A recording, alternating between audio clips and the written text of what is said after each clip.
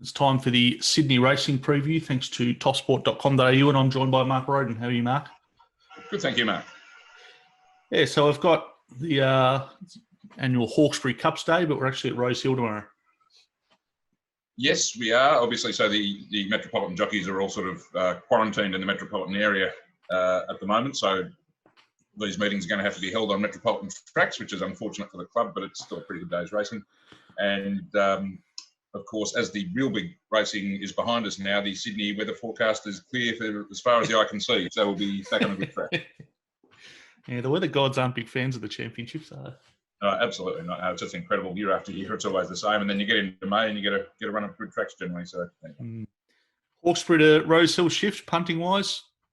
For a lot of people, would say it's a good move. What about you? Yeah, I understand a lot of people don't like Hawkesbury. I don't mind it.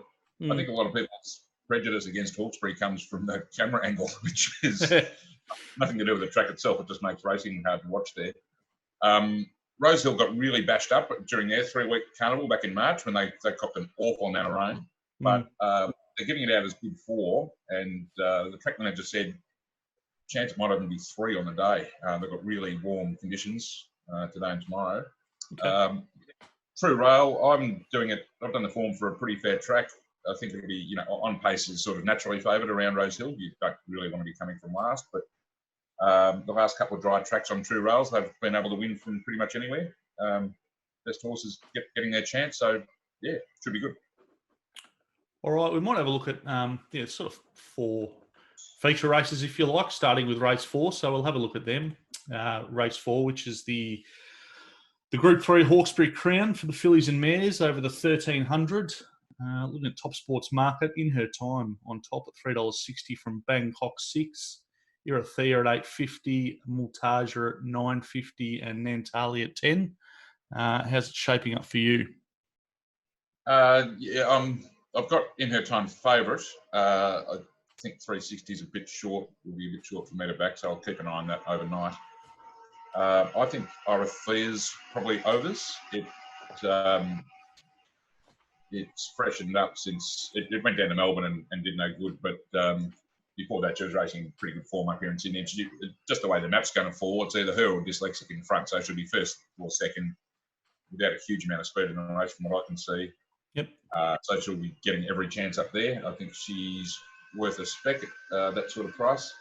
The others in the market, I think Bangkok was fantastic last start in the Sapphire Stakes, I think it was, on the wet track. But I think at this, that's firstly a career peak for her, which she has to repeat, and secondly, it was on a wet track, and now she's on a dry. So I wouldn't be interested in her at that price.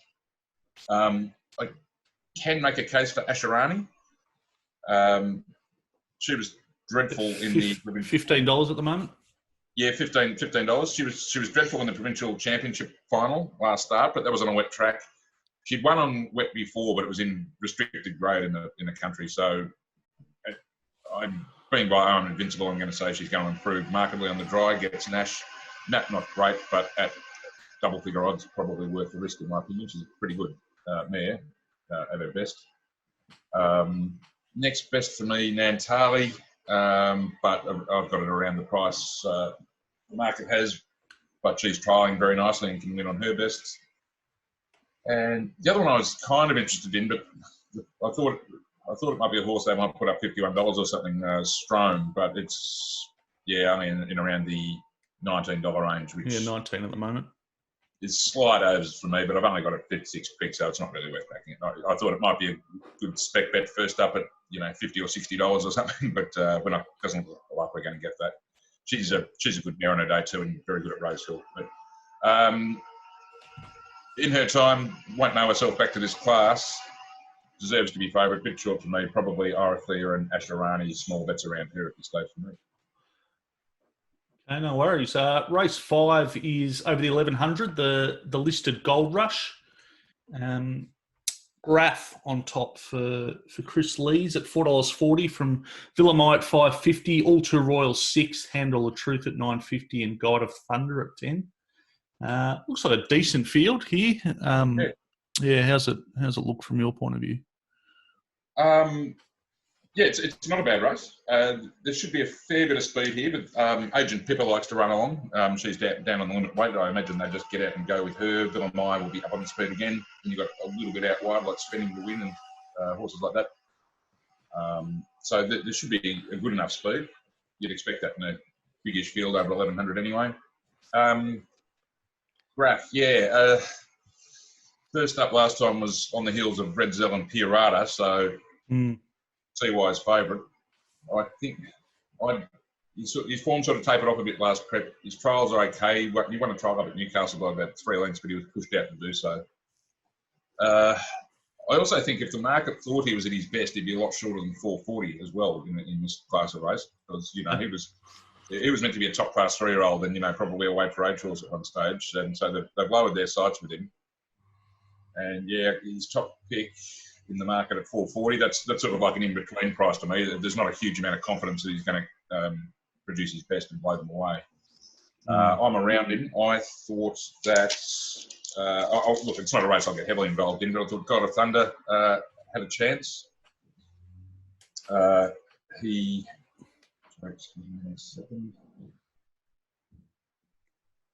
Yeah, he just got in a bad spot last time. His form before that was quite good at Dalaran. Sort of sitting midfield somewhere in the fast pace he can hopefully run on, and he's back of odds. Another one at odds, Resin. Her racing pattern's a bit heartbreaking. She'll be back from the gate, but she does have a very good turn of foot. So maybe a spec bet at double figure odds. But she is the sort of horse you need a price to back, especially from that gate. Villamai, yeah, pressure at 1200 against the older males got her last time on the wet track. She's back to 1100, which suits, but she's still going to be in a pretty high pressure race, it seems to me. So that might just bring her undone weight again. What else was it? Oh, All Too Royal, yeah, he super running the Oakley plate before a freshen up. I've sort of found it around the same price as the market, so definite chance, but not huge value for me. The whole race is a bit like that. Handle the Truth was the other one in single figures. I've got it about the same price as well. So, God of Thunder, I'll probably back, and Resin I might. But this is not a race I'm going to attack with huge confidence. It'll be smaller stakes only, this one. Yeah, so with top sport at the moment, God of Thunder $10 and Resin 14. So a couple of small bets at good odds. Yeah, if anything, that's what it'll be. I won't be charging into favourites or anything like that. No worries. Race 6 is the Group 3, the Hawkesbury Guineas over the 1400 for the 3-year-olds. Ice Bath on top here for Brad Widdop at $5.50 from IndyCar at $6.50, which I think I just read earlier might have been sold to Hong Kong, so I'm not sure what's going on there. Oh, right. No, I hadn't heard that, right. Yeah. 11.11 at $7.50, Dawn Passage at $8, Spend at $8.50 and Band a Snatch at $10. How's this look for you? Yeah, I've got it pretty open as well. I ended up with Ice Bath on top, but not by much. I've got 4 of them close together, being Ice Bath, Dawn Passage, IndyCar, and Bandersnatch. No real value on Ice Bath's price. She was very unlucky behind IndyCar last start in the South Pacific over the championships. So I've drawn for a good run here. Has a definite chance, but I don't know. It's a betting proposition at $5.50 for me at the moment. IndyCar's on the upward spiral, gets back, so he's not the type of horse I generally like to back when they're hard in the market, but certainly on the upward spiral. Yeah, I have just found that on Twitter. IndyCar's been sold to Hong Kong, won't race tomorrow at Rosehill. Oh, well, Jerry Harvey says they came back with a third offer, couldn't refuse the money. Well, he needs it, Jerry. That's good. Good to see the battlers getting a result in these difficult times. Good for Jerry. Good on him. Okay, well, what that does to the market now. Okay, so that means Ice Bath's favourite, so it'll obviously shorten. Yeah. With that scratching. Well, they all will, but so Ice Bath will still be no great value, I imagine, after the market's adjusted. Dawn Passage is my second pick. He maps a bit awkwardly, but I think he's probably the class horse of the race and what they've done so far. He he was just totally unsuited in the Arrowfield and the wet track last start. Really good behind California Zimble first up before that. Probably gets back from 11, but he's quite nicely placed in this under the set weight scale, and I think he's going to be worth backing at a price. I imagine he'll still be $657 after the scratching. And I have to spec Bandersnatch. He's a really good on pacer. He's the one who's going to make his own luck out of the front. Had a couple of solid trials, so should be forward enough to run a race here. And yeah, at backable odds. And the next best is Sven, who's going to get a good run with Jones McDonald. First up, Bandersnatch, I think. Pretty good first up. Yeah, we walked in a race at Hawkesbury first up last time, so I don't think first up on its own will beat him. But this is obviously his toughest test. 11-11, good run last time. Didn't really like the map here. And then, there's a whole clump of them. Grantswell just looks gone to me. It hasn't trained on from the spring, in my opinion. All the world's trials have been ordinary. They're just in that clump after that. So another race where it's not where I've got a clear top pick and a good thing, but I think there might be a little bit of value in the prices of Dawn Passage and Bandersnatch. No worries. Well, yeah, we said the market will move around a bit, but at the moment, Dawn Passage at $8 and Bandersnatch at 10 with Top Sport. So I think IndyCar being between $5 and $6.50 everywhere, or just every horse is just going to roll too. So monstrous. Yeah. No worries. All right, we'll have a look at race 7, which is the last of the features. It's the Group 3 Gold Cup. It's over the 1,500 with the move to Rosehill. Amangiri, $4.60 favourite from Galway at $7. Live and Free also $7. Royal Celebration $7.50 and Manolo Blahnik at $9.50. Yes, it's not a bad race. Chris Wall's got a team of them, but most of them look unsuited. With quite a few stayers resuming, Shraro, Brim Rocks, those sort of things, and Unforgotten, who might be just completely gone. It's sort of D-Day for her back on a dry track, I suppose. But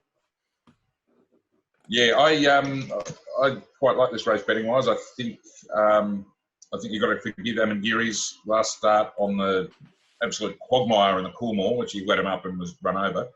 She was outstanding first up, I thought, before that, and really gave me the impression that she's ready to go to a new level, and she's just going to put herself in the race as she always does and get every chance. I think the dry track's probably a plus.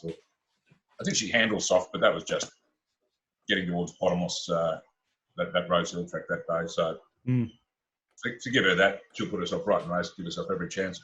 And the one I want to be on as well is the bottom one, Live and Free, who trialling really nicely for this. It won't be easy to win this first up, but he's on the limit. Last time in, he took one run to peak last time in, but they ran him over 1,300 first up, then second up in the festival at this track and distance. He got beaten in a photo by Ranieri down on the limit as well. So if he brings that kind of form, he's right in it. They put Posse on. Obviously, they're out of the dip first up, I think. And I think at $7-ish, that's more than acceptable. So I'm probably going to level stake the two of them. I'm pretty confident one of the two can win. I think Royal Celebration going wet to dry and match poorly. I just don't see where it gets from barrier 15 unless they go straight to the front, which probably isn't any good either. Galway, super honest, giving them all weight, obviously. He's sort of found his mark in the handicaps now, but he rarely runs a bad race. But if he actually wins, that means I think 2 or 3 or 4 of them have underperformed. I think if they all go to their best, he'll come up a little bit short. But Manolo Blahnik's the other one. Found the line quite well last time, probably in the wrong part of the track. I've always thought 1,400 was about her ceiling, so she's got to bring it at 1,500.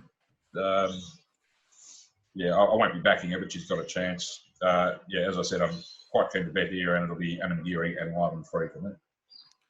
No worries. Yeah, well, once again, Amangiri favourite, but still 460 and Live and Free 7. So again, looks like we have a bit of betting action, and looks like across the races we've looked at, a little bit of value here and there. So yeah, they're all pretty open races, these ones that we've looked at, aren't they? Out of those races, the one I'm keen to bet in is the 2-horse play in race 7, and other than that, I'll it's more along the lines of just little value bets. Yeah. Good stuff. So you've got Gosford tomorrow as well, if you can have a look there. Yep. Going to have a look at Gosford later this morning. Yep. Good stuff. And then I think we've got a provincial meeting on Tuesday. We didn't have a Tuesday this week, but there is one next week at where is it? Sorry. Kembla again on Tuesday, and back to Warwick Farm on Wednesday. So 2 meetings tomorrow, then back into it Tuesday. No worries. All right. Well, we'll catch up on Monday and see how the weekend went. But cheers for that. Run through the feature races, and good luck tomorrow. Thank you very much. I'll talk to you on Monday. Cheers.